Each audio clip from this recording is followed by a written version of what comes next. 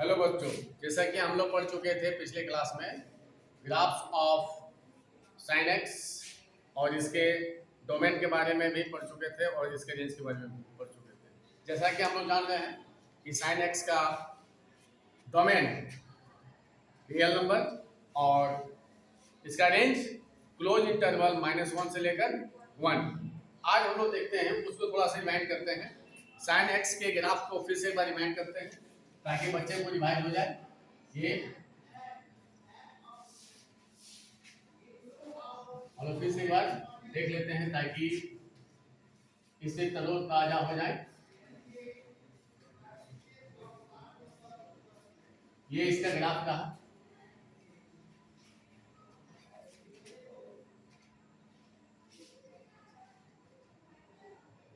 ये इसका ग्राफ और यदि इसको हम एंगल में लिखेंगे तो ये होता है π/2, ये होता है पाई, ये होता है 3π/2, ये होता है 2π, ये उसके बाद आगे ये। अब यहाँ हम लोग देखना चाह रहे हैं कि 0 से लेकर 2π, 0 से लेकर 2π के बाद ग्राफ एक जैसा लग रहा है। 0 से लेकर 2π के बाद ग्राफ एक जैसा लग रहा है, ध्यान देना है। एक जैसा लग रहा है। फिर नीचे तो इससे क्या पता चल रहा है? इससे ये पता चल रहा है कि साइन का वैल्यू 2π के बाद रिपीट होना स्टार्ट हो जा रहा है। साइन का वैल्यू 2π के बाद यानी एक रोटेशन के बाद, या तो इसको हम लोग ऐसे समझेंगे, एक रोटेशन के बाद वैल्यू सेम हो जाएगा। इस वजह से इसको हम लोग कभी कभी पीरियोडिक फंक्शन भी कहते हैं। और इसको हम लोग लिख सकते हैं इसके नीचे, it is also called the periodic function of period 2π and is given by, अब इसको हम लोग ऐसे भी लिख सकते हैं, sin 2π प्लस थीटा बराबर sin थीटा। ये एक रोटेशन के लिए हो गया, ये एक रोटेशन के लिए हो गया। लेकिन जब एक से ज्यादा रोटेशन होगी तब ये जनरल फॉर्मूला क्या बन जाएगा? तब ये जनरल फॉर्मूला बन जाएगा sin 2nπ plus theta equal to sin थीटा। n इक्वल टू, n यह क्या है? Number of rotations, number of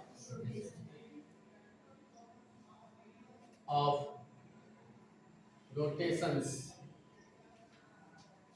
अब ये फॉर्मूला आगे सवाल बनाने में बहुत ही काम आएगा और सवाल बहुत ही आसान होगा। एक एग्जांपल लेते हैं हम लोग अभी, ध्यान देना। साइन 390 डिग्री का वैल्यू क्या होगा? जैसा कि हम लोग जान रहे थे अभी कि साइन 390 डिग्री का वैल्यू क्या होगा, तो इसको हम लोग रोटेशन में ले जाते हैं, यानी इस फॉर्मूला में इसको हम लोग एडजस्ट करते हैं।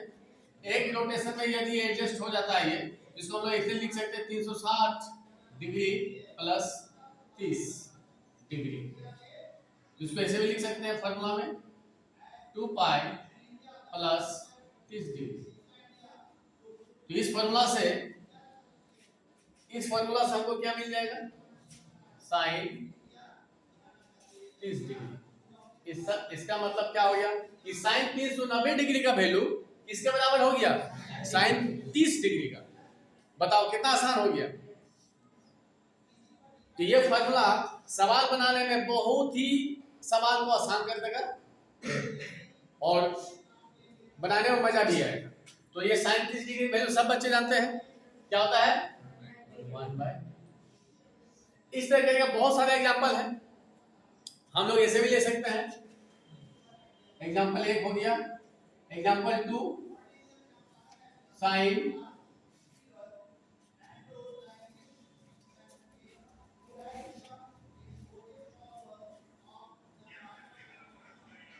360 डिग्री प्लस 45। ये फॉर्मूला क्या बन जाएगा, ये साइन 2 पाई प्लस 45 डिग्री। तो क्या बन गया फॉर्मूला, साइन 45 डिग्री। तो 45 डिग्री का वैल्यू क्या होता है, 1/2 1/√2। बहुत ही आसानी से इस तरह करके हम लोग बहुत सारे सवाल बना सकते हैं, जो आगे हम लोग पढ़ेंगे। किताब में एक्सरसाइज में बहुत दिया हो जाएगा, ये लिख लेना है और ये ग्राफ हमेशा याद रखना है और इसका फॉर्मूला ये चीज हमेशा ध्यान में रखना है। अब चलते हैं हम लोग cos x का। cos x के ग्राफ को पढ़ेंगे, इसके डोमेन को देखेंगे और रेंज को देखेंगे। इसलिए यहाँ लिखते हैं graph of cos x and its domain, comma range। इसके डोमेन को भी पढ़ेंगे और रेंज को भी पढ़ेंगे। इसके लिए एक टेबल पहले बनाएंगे।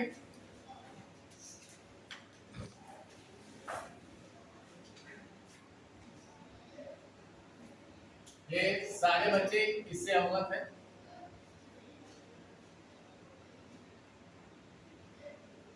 कोसाइन ये 0 डिग्री, यहां लगेगा cos 0 डिग्री। क्या लगेगा, cos 0 डिग्री वैल्यू क्या होता है 1। उसी तरह आएगा 30 डिग्री, तो 30 डिग्री हम लोग क्या लिखेंगे π/6।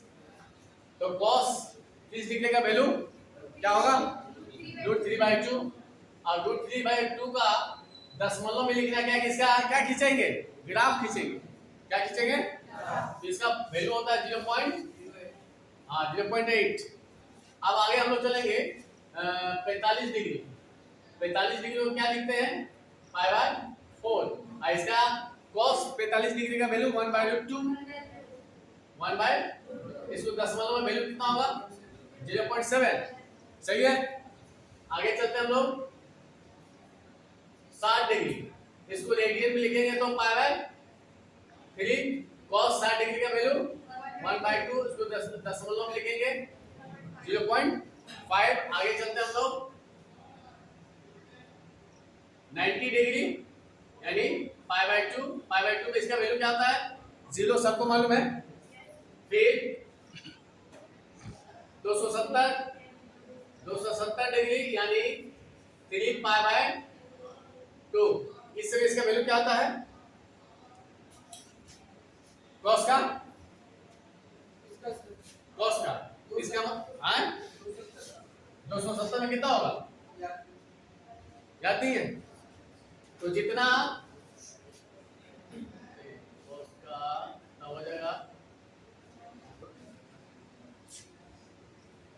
-1 होगा, इसका क्या होगा -1। अब आते हैं हम लोग 360 डिग्री यानी 2π में क्या होगा cos का 0 डिग्री, सॉरी 0 ये माइनस। अब इसको हम लोग 2 डायमेंशन में खींचेंगे, x एक्सिस और y एक्सिस में।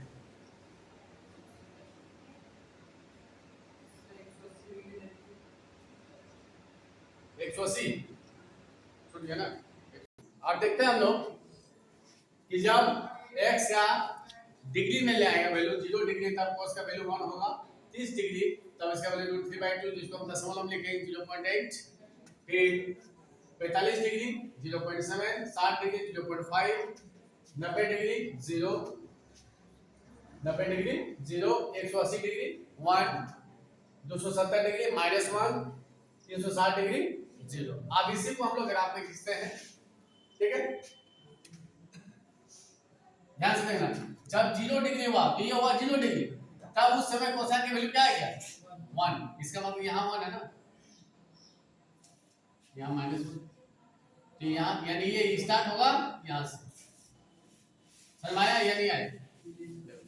इस पॉइंट का यदि कोऑर्डिनेट हम लोग बोलेंगे तो क्या हो जाएगा 0, क्या कि y एक्सिस में है तो 0 बना गया। समझ आ गया? इसको थोड़ा सा x लिख दो, यहाँ लिख दो x x, यहाँ लिख दो y y, ठीक।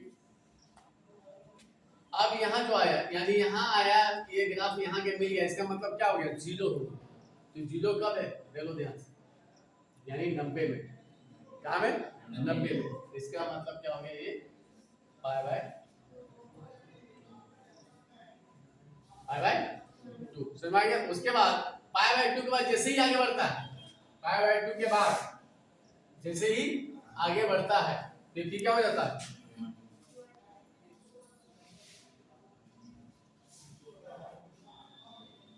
क्या हो जाता है 180 डिग्री, 180 डिग्री, 180। ठीक है, आगे हम लोग देखते हैं। ये पाई बाय 2 हो गया, पाई बाय 2 के बाद 180, 180 में क्या हो गया -1, तब ये जाएगा क्या हो गया पाई। अब यहाँ आ गया फिर 0, यानी 270 में 270 यानी 3 पाई बाय 2 यहाँ। और फिर ये आगे बढ़ेगा, फिर ये आगे बढ़ेगा ग्राफ,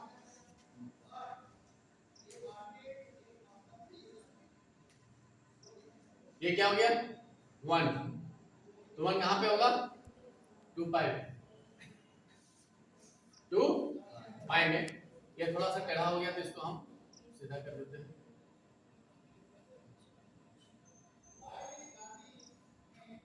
ये रिपीट होना स्टार्ट,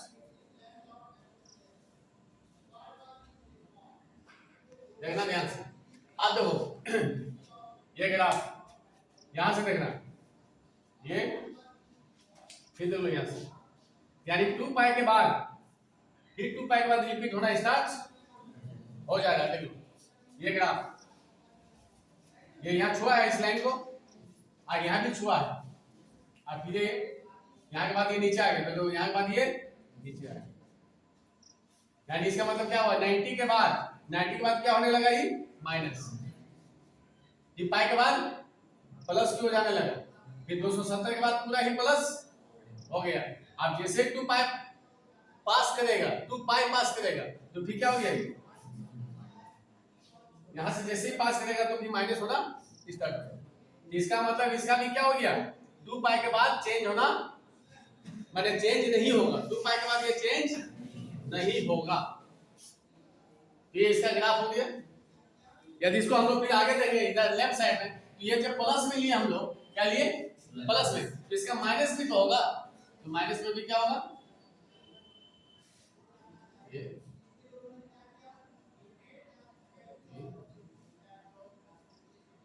ठीक है। तब इस समय क्या लिखेंगे हम लोग यहाँ सब माइनस में लिखाएगा, माइनस पाई बाय 2,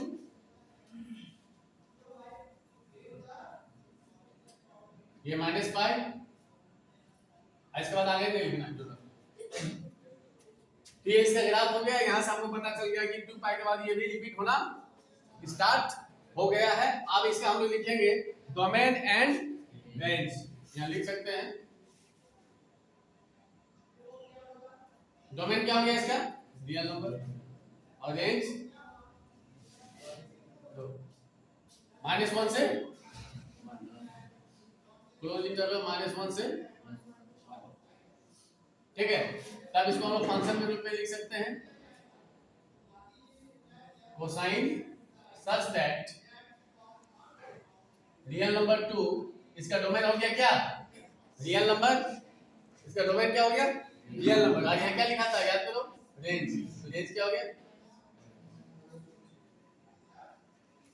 इसको ऐसे लिख सकते हैं। अब इसके नीचे हम लोग लिख सकते हैं is also called the periodic function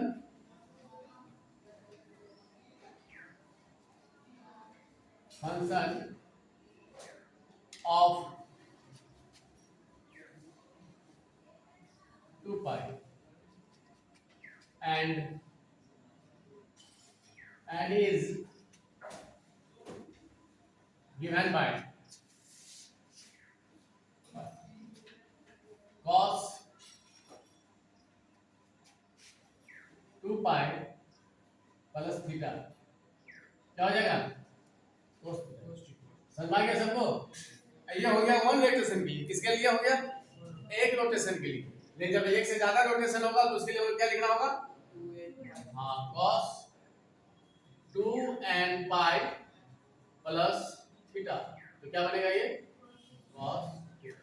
यहाँ लिख सकते हैं n equal to number of rotations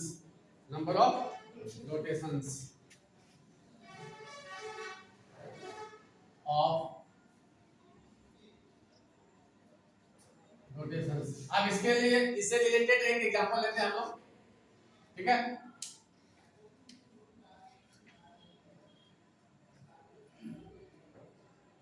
cos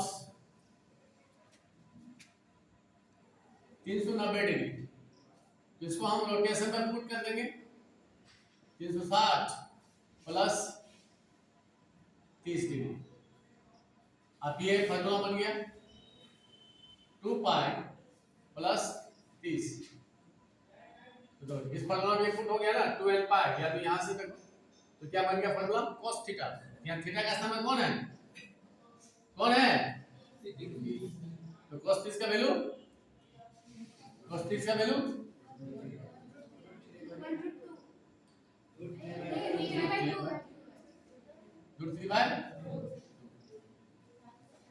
आगे समझ में? इस तरह करके हम लोग बहुत ही हायर डिग्री का भी वैल्यू निकाल सकते हैं। शर्त ये है उस हायर डिग्री को किस में पुट अप करना होगा?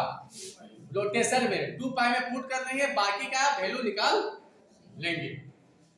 इस तरह सारे सवाल को हम लोग बना सकते हैं। धन्यवाद।